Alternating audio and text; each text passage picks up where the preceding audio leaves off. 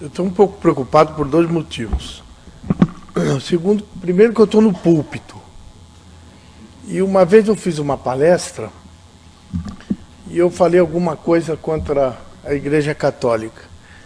E um confrade veio para mim e disse assim, é melhor você não falar mais nada, porque você já foi padre e você não fez um bom uso da batina. Então, é a minha primeira preocupação, eu estou no púlpito outra vez.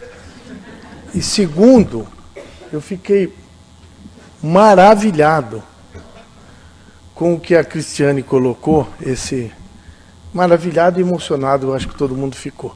Mas eu estou muito preocupado também, que lado que eu vou estar naquele slide, naquela coisa. Se eu vou estar do lado dos deitados, se eu vou estar do lado dos que estão ajudando, né? Eu juro por Deus que eu estou preocupado. Então eu espero que eu possa ajudar de alguma maneira, mas... Enfim, bem,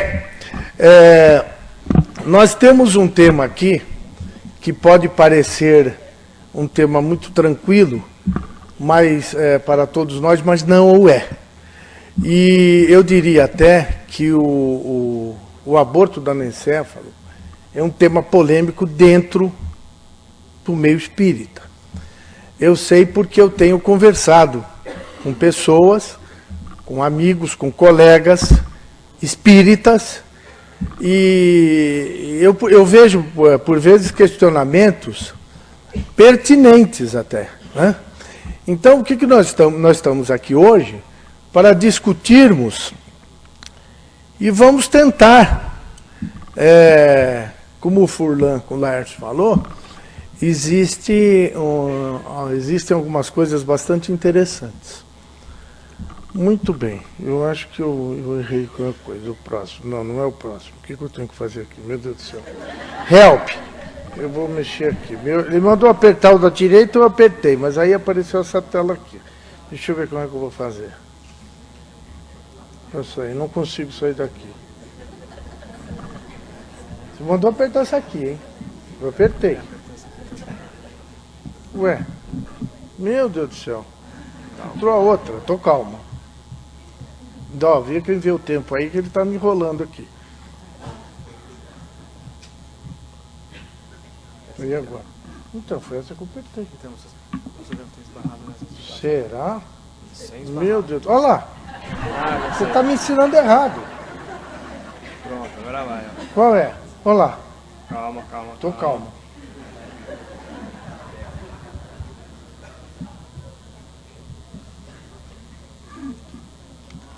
Agora é esse mesmo. Agora ele vai. Será? Vai. Bom, muito bem, muito obrigado. Bem, desconta o tempo, por favor. Então nós temos, veja bem, a vida é uma coisa muito efêmera. Pode parecer uma coisa longa, mas dentro da imortalidade da alma, eu diria que é muito pequena. Muito bem, existem alguns conceitos, nós não podemos falar sobre anencefalia, sobre o mínimo de conceito. Consiste na ausência ou formação defeituosa dos hemisférios cerebrais pelo não fechamento do neuroporo anterior. Geralmente, a criança nasce fora do termo, às vezes com polidrâmios, e seu período de vida é curto, dias ou até poucas semanas, como já vimos em alguns casos. Responde a estímulos auditivos, vestibulares e dolorosos. Apresenta quase todos os reflexos primitivos dos recém-nascidos. Além de elevar o tronco, a partir da posição em decúbito dorsal, quando estendemos ou comprimimos os membros inferiores contra o plano da superfície em que está sendo examinada. Manobra de Gemstorp. Manual de Neurologia Infantil, Warren Diamond e Saul Cycle. Bem, isso é um conceito. E aí... nós temos aqui uma colega e amiga lá na AME Santos, que é a Angélica, eu acho que ela está aqui. Ela está fazendo um curso de bioética aqui em São Paulo, em nível de pós-graduação. E o professor disse que o anencéfalo não é um ser humano. Se ele não é um ser humano, nós temos que classificá-lo. Será ele um mineral? Ou um vegetal, como esse repolho? Será um animal ou é uma coisa? Não, porque se esse professor disse isso, a gente tem que classificar o anencéfalo em alguma categoria. Não é verdade? A diferença, gente, é essa aqui. Não é? A diferença é essa. Ele tem isso aqui. Não é verdade? Ele tem toda essa estrutura, mas não tem essa estrutura encefálica que está aqui. Mas nem por isso ele é uma coisa. Vou colocar alguns conceitos que foram retirados de colegas não espíritas, a maioria estrangeiros. O anencéfalo não é de fato ausente de cérebro, uma vez que a função do tronco cerebral está presente durante o curto período de sobrevida. Muito pouco se conhece sobre a função neurológica no recém-nascido anencéfalo. Muito pouco se conhece sobre a função neurológica no recém-nascido anencéfalo. Um recente estudo em profundidade indica que, esse grifo, esse sublinhado é meu, eles estão funcionando mais próximos dos recém-nascidos normais do que de adultos em estado vegetativo crônico. Eugene Diamond, professor de Pediatrics, Loyola University Street School of Medicine. Muito bem, é o mesmo conceito, né? Interessante. O encéfalo do recém-nascido parece hoje comparável cada vez menos a um cérebro adulto em miniatura, principalmente pelas funções da consciência e do contato com o ambiente, e cada vez mais comparável a um órgão em formação, com potencialidades variáveis. A perda ou falta de uma parte do cérebro durante a fase de desenvolvimento não é comparável à perda da mesma parte depois que o desenvolvimento tenha se acabado completamente. Eu penso que isso é fundamental. Nós não podemos fazer uma analogia, não devemos, do cérebro da criança e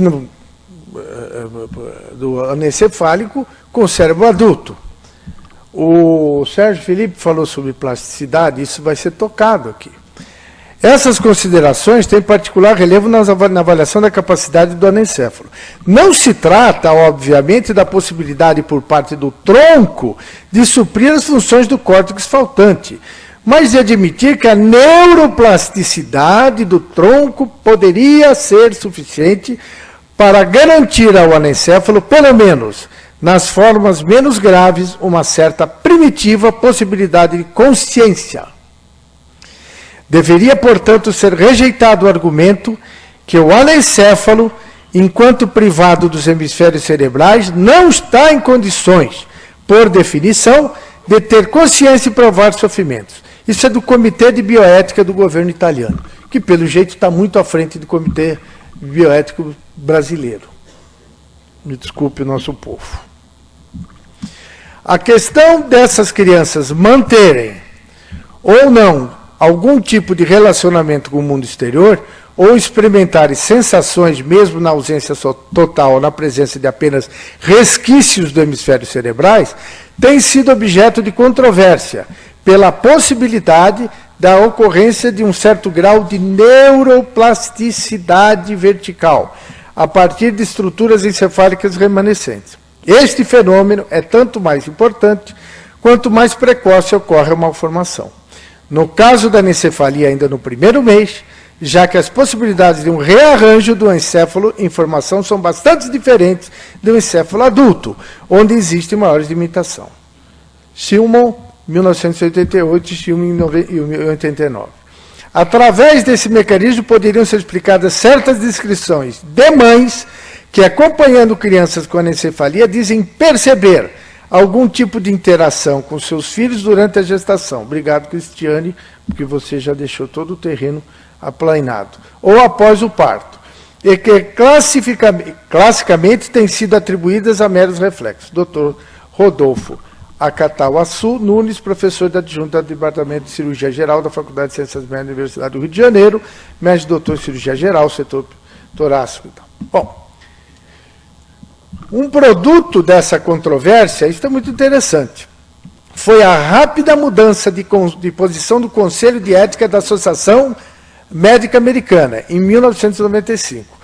Quanto à autorização ética da retirada de órgãos de uma criança nascida viva com anencefalia, Firshey, 95. Na ocasião, a autorização baseava-se na assertiva que essas crianças nunca experimentaram e nunca experimentariam uma consciência.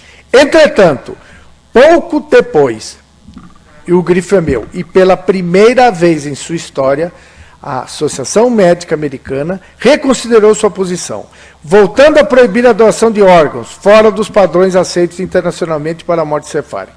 Posição que persiste até hoje. Na ocasião de sua reconsideração, conclamou a comunidade científica a realizar mais estudos, a fim de esclarecer o verdadeiro estado de consciência desses indivíduos. Plaus, 1996. E também, recentemente, alguns autores trabalhando em ultrassonografia de quarta dimensão, Andonop, em 2005, trabalho recente, e ressonância nuclear magnética, Causolari, em 2004, tem lançado apelos para a realização de mais estudos nos fetos de crianças vivas com anencefalia, com o intuito de melhor compreender a neurofisiologia dessa afecção. Quem sabe, o cerebelo, que é, pelo próprio nome, um cérebro em miniatura. Porção do encéfalo anteriormente ligada quase exclusivamente ao equilíbrio e agora também relacionada à cognição e emoção humana, Chalman, 2002, poderia ter algum papel na criança com anencefalia. Olha que coisa interessante, gente. Pela neuroplasticidade. Alguns estudos têm mostrado a possibilidade de um razoável grau de desenvolvimento cerebelar em certas crianças com anencefalia. Longwalt, colaboradores de 2004, Vukelik. Muito interessante. Nós estamos falando sobre o aborto do anencéfalo. Não é verdade? Então nós temos que falar sobre anencéfalo e sobre aborto. Não tem dúvida nenhuma que, se pudesse, o Hitler abortaria todas as mulheres judias grávidas. Não é verdade? E também é verdade que todos nós aqui somos contrários ao aborto. Eu acredito que a imensa maioria. Não é verdade? Tem alguém a favor? Eu vou deixar uma dúvida na cabeça de vocês. E se essa dúvida passar na cabeça de vocês, passa na cabeça de quem não é espírita, muito mais. Se a gente pudesse voltar no túnel do tempo, e aqui nós temos ginecologistas e obstetras, o que será que passaria na cabeça da gente nesse momento? Os meios justificam os fins ou não? Desculpe. Bem, isso aí é uma imagem, né, maravilhosa. Né? Todo mundo conhece. Será um castigo? Então vamos nos socorrer com Kardec. O Livro dos Espíritos, na questão 334, diz, o Sérgio já falou sobre isso, a predestinação na união da alma com tal ou tal corpo, ou só a última hora é feita a escolha do corpo que ela tomará? Resposta. O espírito é sempre de antemão designado, tendo escolhido a prova que queira submeter-se. Pede para encarnar. Ora, Deus, que tudo sabe e vê, já antecipadamente sabia e vira que tal espírito se uniria a tal corpo. Está claro? O André, Entre a terra e o céu, capítulo 2. O nascimento e o renascimento no mundo, sob o ponto de vista físico, jazem confinados a leis biológicas, de cuja execução se incumbem inteligências especializadas. Contudo, em suas características morais, subordinam-se a certos ascendentes do espírito. Interessante isso aqui, um tema para estudos do Torres Pastorino. O DNA traça o roteiro turístico a cada viagem evolutiva e automaticamente vai marcando as paradas nos portos das dores e as festas nas cidades da alegria. No DNA, vamos diariamente numa vida gravando o que nos ocorrerá na vida seguinte. É a construção lenta, mas segura de acontecimentos infalíveis e inevitáveis. Estamos armazenando o nosso DNA. Uns melhores, outros piores. A produção hormonal, isso foi exaustivamente discutido, né, pelo André Luiz, e nos deu todo o roteiro sobre a influência do hormônio nos órgãos. Né? Como que isso acontece? Porque o nosso órgão adoece. Né? Isso foi exaustivamente debatido, explicado por ele. A produção hormonal pode influir na modificação do DNA. Produção essa afetada pelos atos, palavras, sentimentos e pensamentos das criaturas. Isso é, atos, pensamentos harmoniosos, emoções agradáveis, alegria e amor. Modificações benéficas no DNA para a vida seguinte. Atos e pensamentos de raiva, ódio, mentira, sentimentos baixos, emoções desregradas. Modificações maléficas no DNA para a vida seguinte. O Ramatiz diz uma coisa interessante. A moléstia orgânica significa que a alma está enferma. O volume de cólera, inveja, luxúria, cobiça, ciúme, ódio ou hipocrisia formam um patrimônio morbo-psíquico que deve ser expurgado pelo perispírito através do físico. Esse é o negócio, gente. É o expurgo. O nosso corpo é o expurgo. Nós temos que expurgar as nossas mazelas do passado, do presente, é o corpo. O planeta ainda é assim. Quando o planeta se tornar de regeneração, vai melhorar, mas nós ainda temos que fazer esse expurgo. O nosso corpo físico é o corpo de drenagem. Essa drenagem de energias deletérias, a qual a medicina dá o nome de doença, reflete êxitos atuais ou de vidas passadas. É que o espírito localiza os resíduos em um local orgânico vulnerável, na tentativa de sua eliminação tóxica. Ou seja, a doença preexiste à manifestação orgânica. André, quanto aos sinais kármicos que trazemos em nós mesmos, a alma humana é uma consciência formada, retratando em si as leis que governam a vida. E por isso já dispõe até certo ponto de faculdades com que incluir na genética. Está aí o Sérgio que falou. Modificando-lhe a estrutura, porque a consciência responsável herda sempre de si mesma. Nossa mente guarda consigo em germe os acontecimentos agradáveis ou desagradáveis que a surpreenderão amanhã, assim como a peve minúscula encerra potencialmente a planta produtiva em que se transformará no futuro. Nossa própria conduta pode significar liberação abreviada ou cativeiro maior, agravo ou melhoria em nossa condição de almas endividadas perante a lei. Ação e reação, capítulo 7. Isso aqui é uma hipótese de um amigo meu. Ele fala interessante que todos os organismos internacionais mandam mantimentos, víveres, aviões para esse povo da Rodésia, esse povo que estão em acampamentos. Não chega nada lá, o avião cai, existe uma turma que anda de cavalo e atira em todos os que tentam chegar perto.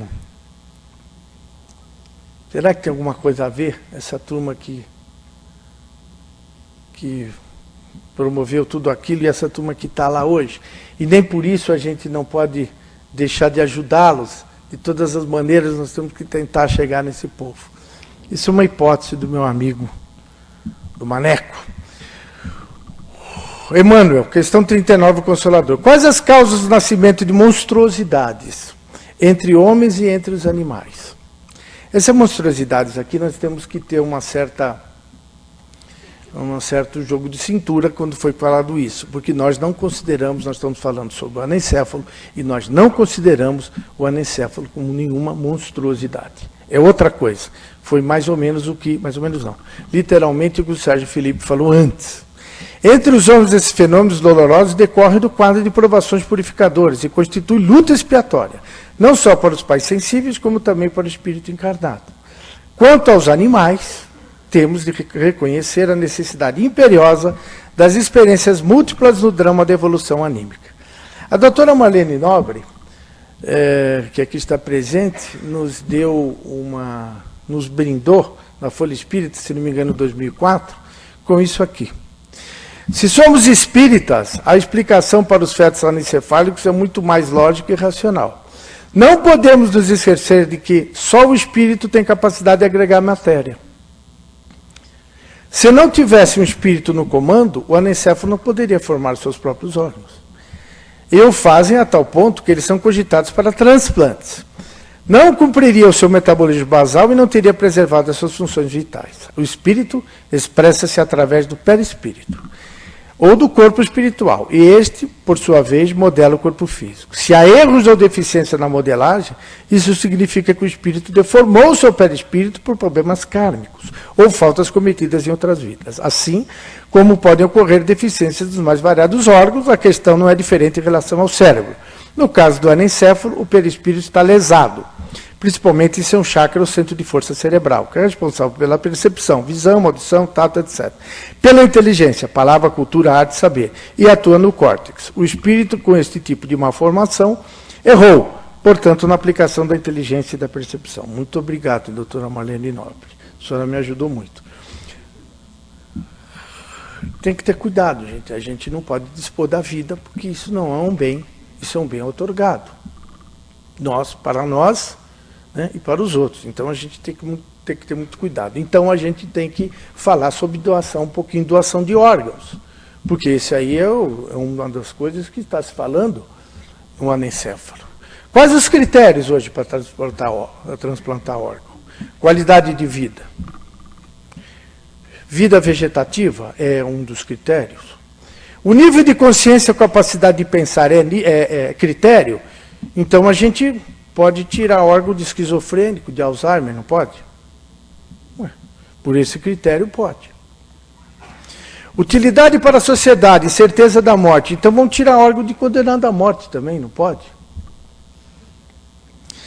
Seria lícito deixar o anencefálico em uma UTI aguardando uma parada respiratória por ele ser um doador?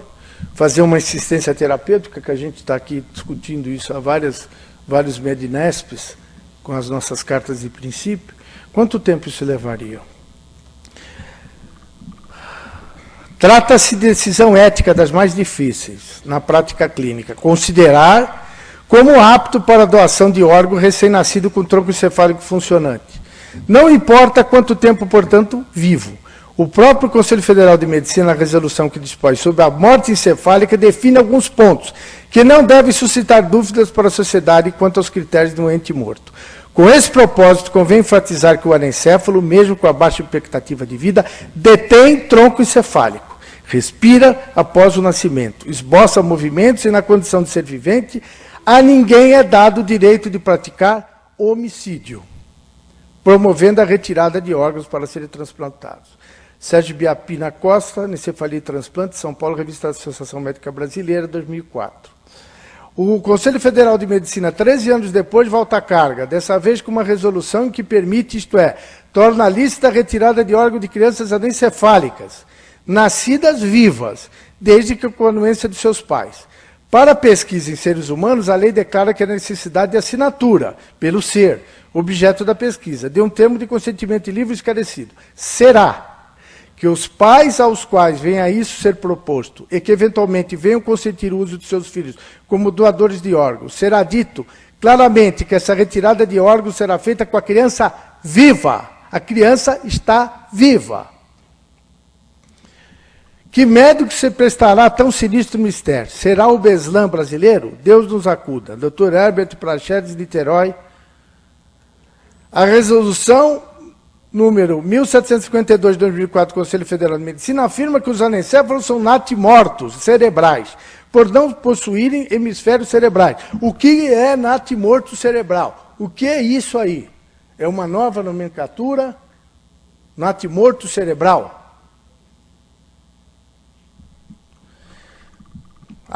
Constituição Brasileira, artigo 14. Remover tecido, órgãos ou parte do corpo de pessoa ou cadáver em desacordo com a disposição da lei.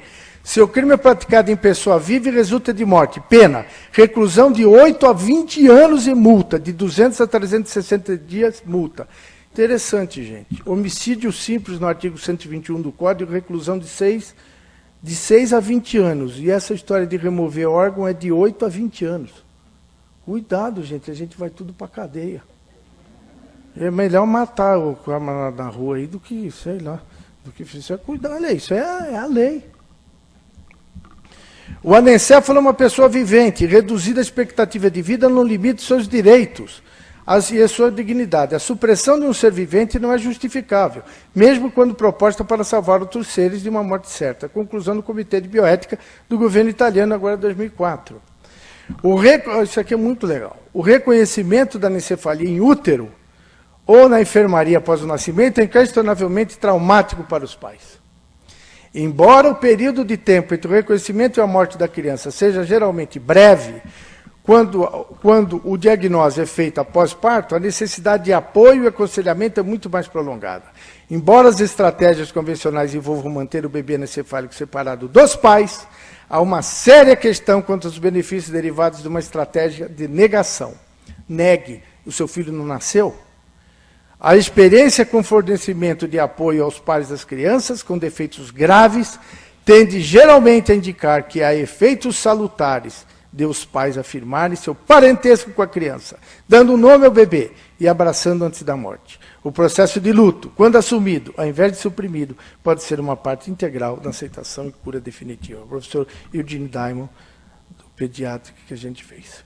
O Estadão, 20 de maio de 2007, bebê anencefálica completa 6 meses em um patrocínio paulista. Eu gostaria que vocês prestassem bastante atenção no depoimento da médica, que eu acho que não é espírita. Marcela contraria diagnósticos médicos e sobrevive ao lado da mãe no interior, Ribeirão Preto. Marcela de Jesus Ferreira completou 6 meses de vida. Nesse domingo, 20, diagnosticada com anencefalia, sem cérebro, desde o 4º mês de gestação, ela contrariou as expectativas médicas e está sobrevivendo e bem, com a mãe Cacilda numa casa no bairro Marumbé, desde 18 de abril, patrocínio paulista na região de Ribeirão Preto. O pai da menina e as irmãs continuam morando num sítio a 18 quilômetros da cidade. Vou cuidar dela até quando Deus quiser, diz a mãe Cacilda, que não esconde a sua alegria diária. A pediatra Márcia Beane Barcelos, que a visita 1 ou 2 vezes por semana, continua se surpreendendo e documenta o que acompanha para a posterior publicação científica sobre o caso da anencefalia. Ela, porém, fica furiosa quando algum colega de profissão opina sobre o caso de Marcela, sem ao menos tê-la visto ou buscar informações sobre a menina. Em teoria, uma criança anencefálica, diz a Márcia, não teria dor, fome, sentimento, frio, mas a Marcela prova justamente o contrário. Pois ela tem frio, dor, sente a presença da mãe, chora quando tem desconforto, emite sons e respira um bom tempo sem o auxílio do aparelho de oxigênio. Relata a médica. A pediatra lembra que o bebê só tem tronco cerebral que a mantém viva. A medicina é uma ciência exata, mas muitas vezes não tem explicação, e o caso de Marcela é um caso raro. E a pediatra acrescenta, infelizmente, ela não tem um prognóstico de viver, não será normal, mas tem vida e traz alegria para a família. E é interessante conhecer o caso dela. Marcela tem anencefalia, mas não uma vida vegetativa, ou seja, não está entrevada no berço. Ela se movimenta e, mesmo que por instinto, sente o mundo que a circunda. Ela pede colo, gosta de tomar banho, diz a médica, aí o sublinhado meu, que é a favor da discriminação do aborto, a médica, em caso de anencefalia, mas desde que sua mãe faça a escolha se vai ou não seguir. Então você veja que ela vai se modificar. Ah, vai. Ela não vai mais falar isso aqui. Ela não vai, com certeza. Quanto mais informação para a mãe que passa por isso, melhor. Aí ela escolhe de acordo com a sua filosofia, religião ou ciência, explica a pediatra. Afirmando que fica triste com as opiniões de profissionais sérios, mas que não conhece o caso de Marcela de perto. Ela não é espírita, mas está louquinha para ser. Falam que ela não tem vida, não tem percepção, e vejo na prática que isso não é verdade. Fico chateada quando uso o caso de Marcela para defender ou criticar o aborto. Está pertinho já. Marcela pesa atualmente 6 quilos, 59 centímetros, é alimentada com leite, 90 ml a cada 3 horas, suco de frutas, papinha de legumes, está gorda e grande, diz a mãe Cacilda, que comemorou os 6 meses de vida da filha com a família. É uma alegria contínua, só agradeço a Deus, afirma ela, que também fica indignada com comentários contrários à situação de sua filha. Parentes, amigos religiosos visitam periodicamente. E até um padre, olha que coisa linda, de Anápolis, telefonicamente perguntando sobre a menina e abençoando-a. Muito legal, né? Cacilda é uma católica fervorosa, mas como diz a pediatra Márcia, ela é simples, tem a família organizada. E também não faz apologia nem espera um milagre no caso da filha. Ela, Cacilda, é esclarecida, sabe dos problemas da filha, não é alienada em forma médica. A mãe não é amargurada, triste ou solitária, está muito segura, e só ela sabe que a filha a sente. Completa a Márcia. Eu vi aqui atrás, já fiquei com medo de acender alguma luz. Está acabando, juro por Deus. Uma cartinha para meus pais. Oi, papai e mamãe, tudo bem? Sou eu, a Vitória. Aquela que só ficou um pouquinho na terra e voltou logo para cá. Quando aí estive, não tive como agradecer, e hoje estou fazendo agora. Mamãe, obrigado por me deixar ficar com você por 8 meses. Nunca mais os esquecerei, foram muito importantes para mim, mesmo sabendo como foram difíceis para você. Eles aqui estão dizendo que aí na Terra, o pessoal ainda não sabe como é importante esse período que a gente fica na barriga da mamãe. Obrigado, papai e mamãe, por vocês me darem um nome, por vocês terem levado meu corpinho e colocado junto com o vovô Pedro e a vovó Yara. Eu soube que eles aqui ficaram muito felizes com vocês. Obrigado por terem me acariciado desde o momento em que eu cheguei, até o momento em que fui embora. Obrigado, papai e mamãe, por vocês não terem tido vergonha de mim e por terem me mostrado para todos os amigos e parentes. E com o papai dizendo, esta é a minha Vitória, minha querida filha, que veio para ficar um pouquinho. Só o tempo necessário para a gente matar as saudades. Um dia, eu sei, irei me reencontrar com ela, aqui novamente ou lá. Linda e perfeita, como Deus a criou. Obrigado, meu anjo, pela oportunidade de ter convivido com você por 4 dias. Eles foram muito importantes para mim. Continua a Vitória. E, por fim, agradeço ao Dr. Oswaldo, que desde o começo da gravidez deu a maior força para vocês e para mim também. Sabe, mamãe, o que eu vou falar é meio segredinho, mas toda noite, quando ele dormia, nós ficávamos conversando bastante. E foi ele que me explicou algumas coisas que eu ainda não entendi muito bem. Mas eu sei que foram muito importantes para todos nós. Aqui já me disseram que sem ele as coisas teriam sido bem mais difíceis. Dá um beijão nele por mim, tá, mãe? Agora eu preciso ir. Qualquer dia desses eu volto para conversar mais com vocês. Saudade, Vitória. Essa é a Manu, uma criança que ficou 3 anos com os pais, não é anencefálica, é quase uma anencefálica, ela nasceu sem a calota craniana, dá tempo de só. E ela está aí, e a família com essa expressão de felicidade.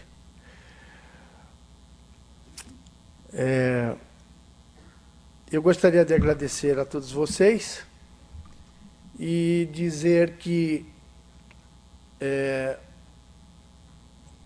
nós temos que batalhar contra o aborto em qualquer situação. Nós não temos como tergiversar, nós não temos como modificar nada. Nós temos que lutar pelo anencefálico, nós temos que lutar pela vida. Nós temos algum de nós aqui somos médicos, não todos. Nós temos uma, eu digo que não é missão, é provação. Eu vou dizer porque é provação. Porque eu já fiz tanta coisa errada nas minhas vidas passadas, que eu não tenho o direito de me aposentar nessa vida. Eu quero que Deus me dê saúde para que eu possa trabalhar até morrer. E quem sabe eu possa resgatar um pouquinho dos meus débitos, que são muito grandes. Nós temos, todos nós aqui, que sairmos daqui com uma coisa muito bem sedimentada na nossa cabeça. Não pode haver dúvida. Quando eu falei do Hitler e da mãe dele, eu sei que eu deixei alguma duvidazinha, assim, mas nem nesses casos nós poderíamos interferir. Porque nós sabemos que ali existe um processo de resgate entre o povo alemão, o povo judeu, os campos de concentração, uma série de coisas. Isto faz parte do desígnio maior, da ação e reação, da lei da compensação. Nós não poderíamos interferir também. Muito obrigado a todos. Tenham um bom dia.